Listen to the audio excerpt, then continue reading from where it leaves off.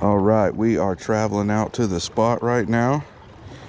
Beautiful morning, mist on the water. Hopefully we'll go catch a couple crappies. See you guys in a bit.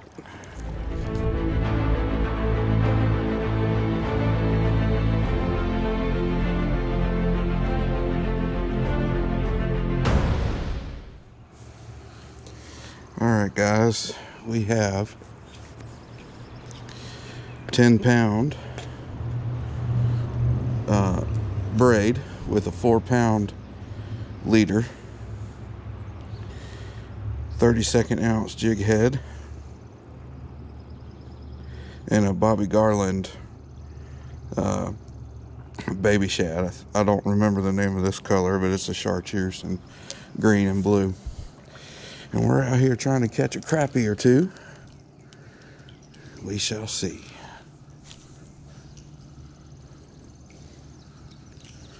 I'm just kind of fishing up against the pylons here.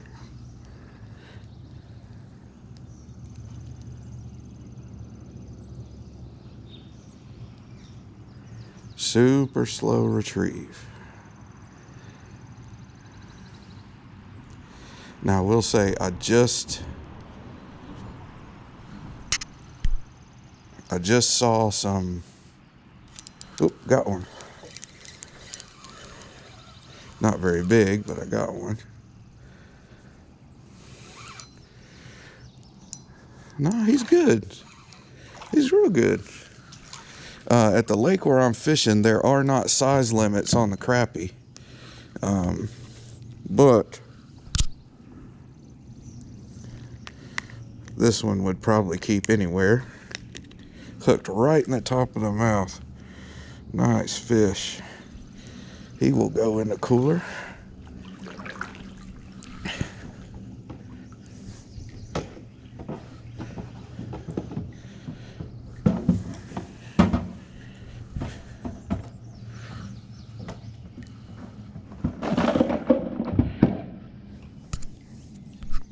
Crappie when I pulled him up. So we'll see if this one does any better.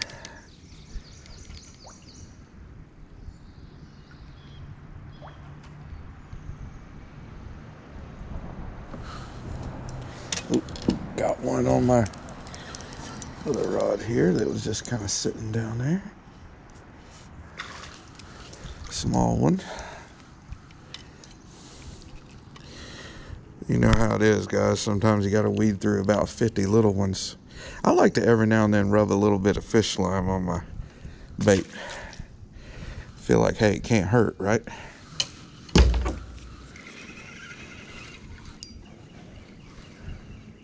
Didn't even know I had one on. Another little guy. This one's a white crappie. Not a big one by any means, but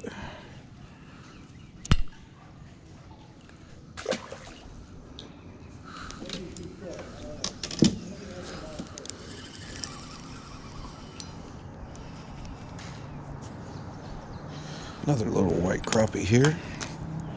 Not a big one, but another fish.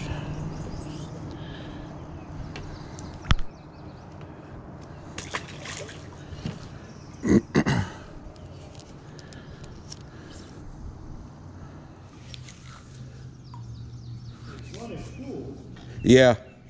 And boy, they're in and they're out, you know. Were y'all fishing up here recently? I fished last week. Did y'all do any good? I caught one 13 inches. Oh boy. I didn't catch many though. Yeah. It's funny how it is that way, ain't it? Well, they keep coming back here. This is a spawning area. They spawn here on the rocks? They spawn on them islands like this. Really? The closer you can fish to those islands, the better it is. Yeah. Most guys just fish straight down. Yeah. I've had to cast 13 times to get one bite though, you know?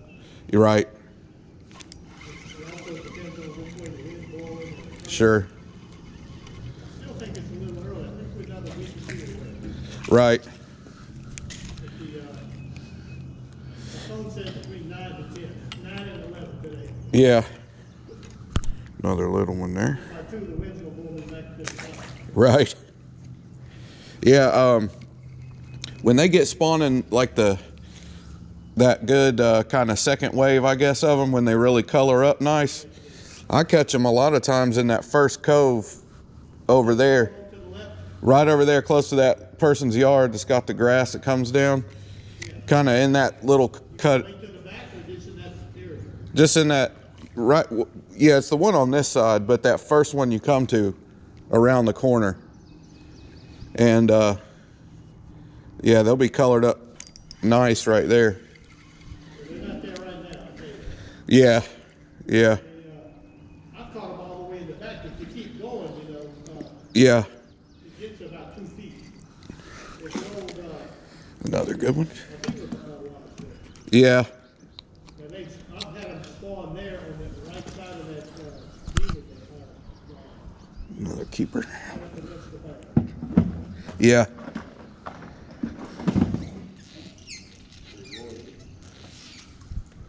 Now, you got something in the truck? You got ice chest?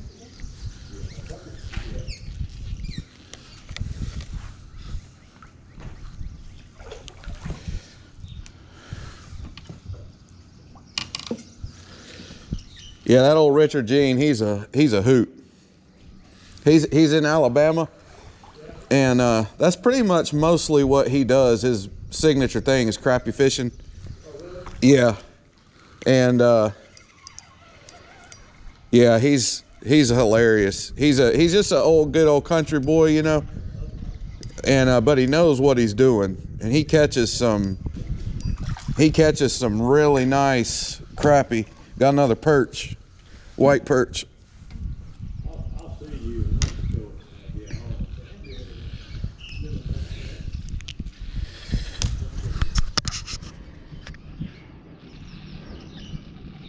we got a local guy here. He's on Facebook. He's called Shad and Neighbors. Caught a what? Shad and Neighbors. S-H-A-D. Uh-huh. A-T-A-R. Huh. He's a retired skateboarder. Oh, wow. All he does is tell you how to fish. Shoot. No money, Yeah. cold lake. I can tell you where I caught fish everywhere. Yeah. I use my Lowrance just to see the water temperature. Right. If I see a school, you know. Yeah. The Lowrance can't tell me what's on the right side of the culvert. Yeah. And I don't care. Yep. That's all you need. Good enough for me. It's off the bank, and we were at a little pond. It's got a little culvert with some rocks and stuff on it, and it's like you're talking about, a bunch of little males, and they were black as could be. Ooh, that's a good one.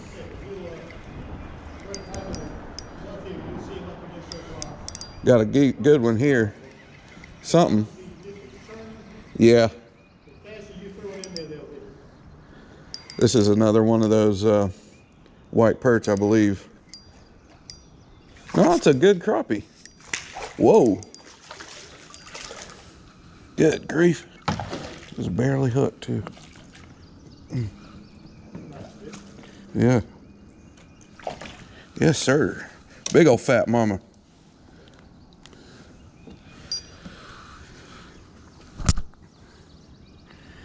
Yoo-wee.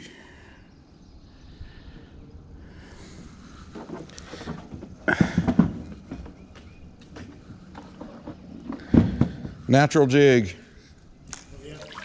Yeah.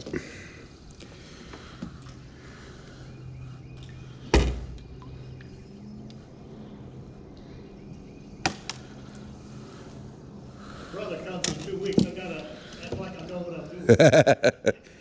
Yeah. I tell you what, in 2 weeks, they might be legit I think it'll be right. all up in the shallow water at that point. I got a friend that puts stuff on Facebook. He fishes out of high rocks. He fishes Tuckertown or whatever, all that stuff out there. Uh-huh. And one picture there, 63. Oh, boy. He's catching them at 5 feet. Yeah. But they're not at 5 feet here yet. No. Last I saw, they were at 15. Ouch. Go into that long creek. Right. This way. Yeah. Oh, Yeah, Mulder's Creek. Yeah. Yeah, I'm probably going to head over there once I stop here. There's that spot, that section where it's about 10 feet in the middle. And I know during the summer, I usually always do pretty good there well, they, in the evenings. that's my problem. I can't stay over. Yeah. I had them on radar on the front half of Bowling Street, Yeah. but last week they weren't there. Yeah. I went all the way to the back and they weren't there. I don't know where they went. Yeah. I glassed the big water and I didn't see a lot. Well, and it's been so daggone windy, too. Let's do that.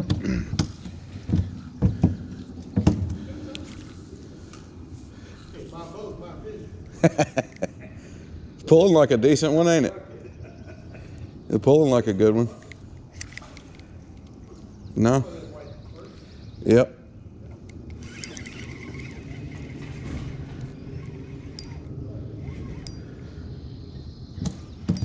Yeah, I'm pretty sure that's what this is. Man, they pull so unique. You know, 5 years ago I couldn't catch one out here. Yeah. Here they get more and more, you know? Yep. Dang, this is another big crappie. Good grief.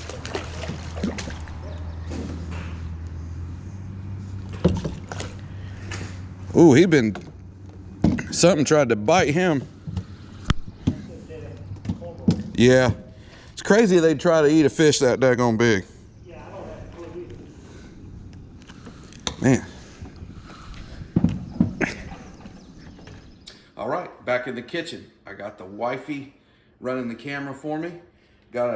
This fish is my biggest one. This fish ended up being right at 13 inches long. She is slap full of eggs. I don't know what she ended up weighing, but I don't have a scale. But my guess is a good 1.5 pounds at least. But I just wanted to show you guys how I fillet them.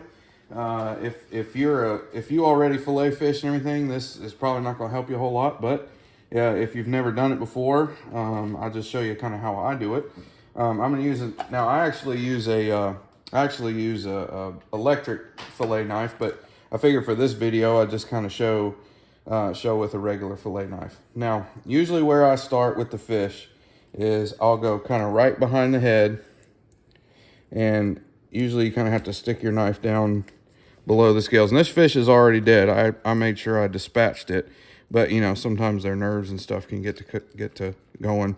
And then you'll actually be able to feel with the tip of your knife the backbone of the fish when you stick your knife in there. And I just kind of follow the backbone all the way down. And then when you get about even with its lower fin here, anal fin is what it's called, you go through and slide the knife along that backbone all the way to the tail. I stop about there, and then what I do is grab that fillet and just gently kind of feather my knife in there and cut that meat loose from his rib cage, because you'll be able to feel that rib cage with the tip of your knife, and just follow it around and just kind of carve it out just like that. And then once you get it past a certain point, you'll feel the fillet kind of give way.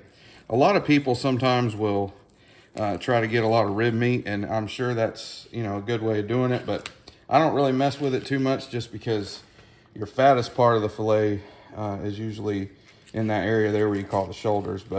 And then now what I'm doing is I'm holding on to that edge. Remember, I did not cut the skin completely loose. I left it there, and that way I can put my fingertips, my fingernails down, and I'm just kind of pushing my knife in between the skin and the fillet, and it cuts it right off. Now these fish, most fish, saltwater, freshwater, they'll have a row of what's called pin bones right along in here. And so the way I cut them out, and if you take your finger and you kind of push down towards the bottom of the fillet, you'll be able to feel them. And so I take my knife, push it down, and you don't have to cut this whole section out to save meat. You can actually just cut a little strip about like this. And that right there is your little piece that has the pin bones in it. And then you're left with this gorgeous white fillet, just like this. Then I rinse it off.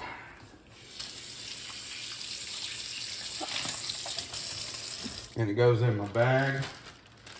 And then I'll show you the other side. The other side can be a little bit different just because you've obviously completely cut one side of the fish off, so it can feel a little bit different. But same thing, go right behind his gill plate, right there at the head. Then I turn my knife with the blade facing towards his tail, find that backbone, and just gently go down his backbone, just like that, all the way. And you'll see, you'll hit his backbone, and sometimes they'll flinch on you, but I promise they're dead. And again, go through, when you get to his anal fin, go through the meat and slide it all the way down the backbone. Then almost like you're opening a wallet, you just stick your thumb in there and just cut, and you'll feel right along that rib cage. And you just want to kind of gently peel that meat off of that rib cage. And it also helps a little bit if you keep a little bit of pressure with your hand. Sometimes I'll get it going a little bit like that. And just get that fillet right like that. You come down, and again, you just flip it over. It's almost like he's got tuxedo tails. I usually will cut that right down to the skin. I'll put my fingers right there, and I just push the knife down towards the cutting board a little bit, but not at an angle, keeping it all basically parallel with the cutting board, just a slight bit down, and just kind of cut that meat right off of the skin. And then you're left with the skin and everything completely off. And then again, same deal with the pin bones. Cut that little strip. And sometimes I'll just cut that piece like that at an angle, because a lot of times that really, really thin little piece, especially if you're frying it, it will just completely kind of, it'll just crisp up real. It's not going to have the same consistency as the other meat.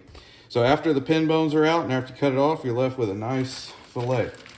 All right, now I'm going to finish filleting these fish up, and then after that, I will show you guys how I cook them up. We're going to be making some fish sandwiches today. See you in a minute. All right, we are back in the kitchen, and we are making some fish sandwiches today. And I actually have my daughter filming now. She's dying laughing, so if you hear her laughing in the background, that's her. But come on over, pan out on this. These are the fish fillets. One thing that is very important when you're cooking fish, and especially if you're going to bread it, make sure that you dry your fillets off really good. It seems like if they were damp that the stuff would stick to it better, but it actually doesn't. So make sure they're good and dry. And the fish fry that I'm using is just Louisiana seasoned crispy fish fry breading mix. And I think it was like $2 or something at the grocery store. We're gonna be using steak buns, and we got our lettuce, mayonnaise, and tomatoes. So let's go ahead and get started. And got the grease going ahead and warming up here. So hopefully in a little bit, that'll be ready. Now, one thing too I do with these fish fillets is I will actually cut these fillets into 2 pieces, because if you don't, they do not stick together very well. Crappie is a very, very soft fleshed fish, and so it does not stick together very well. And also too, these like shoulder pieces, which is the fatter part of the fillet right here, it will actually cook quite a bit faster than your thinner pieces, which is down towards the tail. So I like to cut them up like that. And then it's very simple. I just put my breading mix, and guys, I am not a cook, okay? But this is just showing you guys something that I do. Put the fillets in the bag. And I'm cooking more than I need because my youngest daughter really likes fish. And then just give it a mix here.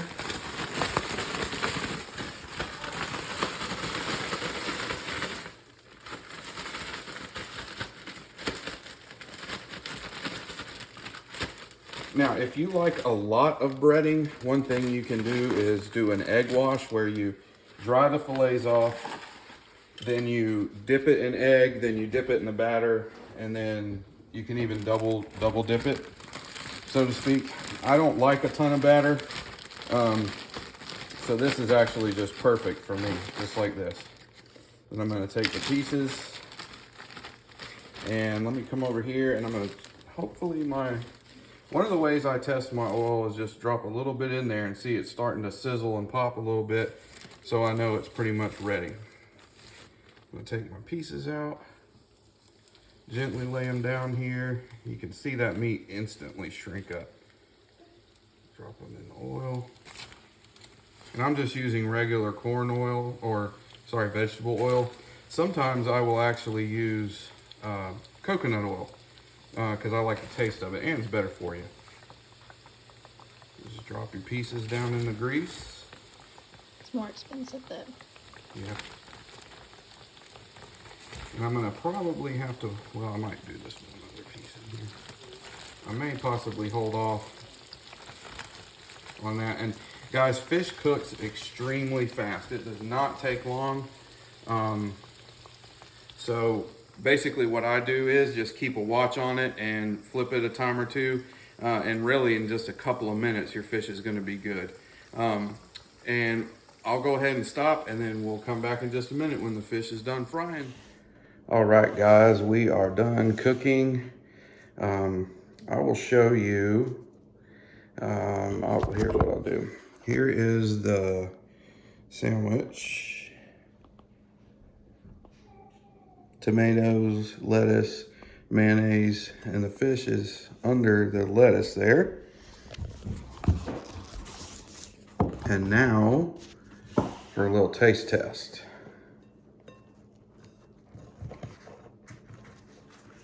All right, here it is.